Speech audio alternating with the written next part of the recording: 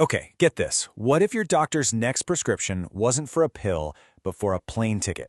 We're diving into the surprising reason why thousands of people are flying halfway around the world for medical care. It's a wild story about speed, cost, and a huge shift in global healthcare that all kicked off with one viral video. 8,000 kilometers. That is how far one British influencer, a woman named Amy, flew because of a stomachache. Sounds a little extreme, right? Well, maybe. But her story absolutely blew up online because it hit a nerve, a deep frustration a lot of us feel with healthcare in the West, and it shined a light on a shockingly efficient alternative. And this quote really gets to the heart of it. She made it clear she loves the UK's National Health Service, but the waiting times, they just felt broken. I mean, think about that. A 2-week wait just to talk to a doctor for the first time. When you're worried about your health, that can feel like an eternity. Now look at the contrast here. It's just stunning. In less time than it would have taken her just to get that first appointment back home, she flew to China, saw a specialist, and got a full diagnosis. They even did a gastroscopy, found some polyps, and removed them right then and there. The whole shebang, from landing in China to having a complete treatment plan in her hands, took just 12 days.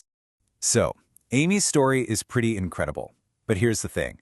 She's not an outlier, not by a long shot. She's actually part of this huge, growing movement. So, what's really going on here? Why are so many people willing to travel for treatment? Well, it really comes down to two big things. First up, it's all about the waiting game. And the difference is just insane. Here's another story. A British blogger's stepfather could barely even stand, and he was told he'd have to wait 26 weeks for an MRI. 26 weeks! That's half a year. So, what did they do? They hopped on a plane to Shanghai and got a diagnosis in just a few days. And the second big driver? You guessed it. Money. The cost. The price tags aren't even in the same ballpark. It's wild. People on social media started comparing notes between the US and China, and the numbers are just jaw-dropping. An ambulance ride? $1,000 in the US, maybe $28 in China. Stitching up a cut? That could be $2,000 in the States, or as little as $28. And remember that gastroscopy Amy had? An American guy said his cost $10,000. In China, it's around 280 yuan. No wonder people are looking for alternatives. Okay, so this is the key takeaway here. This isn't just a couple of viral TikToks. We are talking about a huge, organized, and exploding global market. So let's zoom out for a second and take a look at the bigger picture. Right now, in 2025, the global medical tourism market is worth $38 billion, which is already a huge number, right? But hold on, because that's nothing.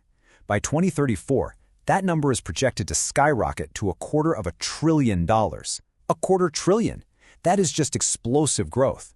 This isn't just a niche thing anymore. It's a massive shift in how the world does healthcare. So who are the big players right now? Well, Europe has the biggest piece of the pie, about 36%. But look over at the Asia-Pacific region. They're right behind with 28%.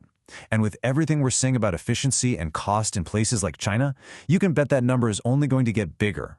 So that begs the question, how is China becoming such a hotspot in this super competitive market? Well, it's definitely not happening by accident. It's actually the result of some very deliberate open-door policies that are basically rolling out the welcome mat for international patients. One of the biggest game changers is making the visa process way easier. There's this 10-day visa-free transit policy. Basically, if you're from one of 55 eligible countries and you have a ticket to another destination, you can just pop into China for up to 10 days. No visa hassle. If you need medical care fast, that is a huge deal. And does it work? Oh yeah, the numbers don't lie. The year after they tweaked this policy, total foreign entries shot up by 27%. But check this out. The number of people using that specific visa-free option, it jumped by a whopping 60%.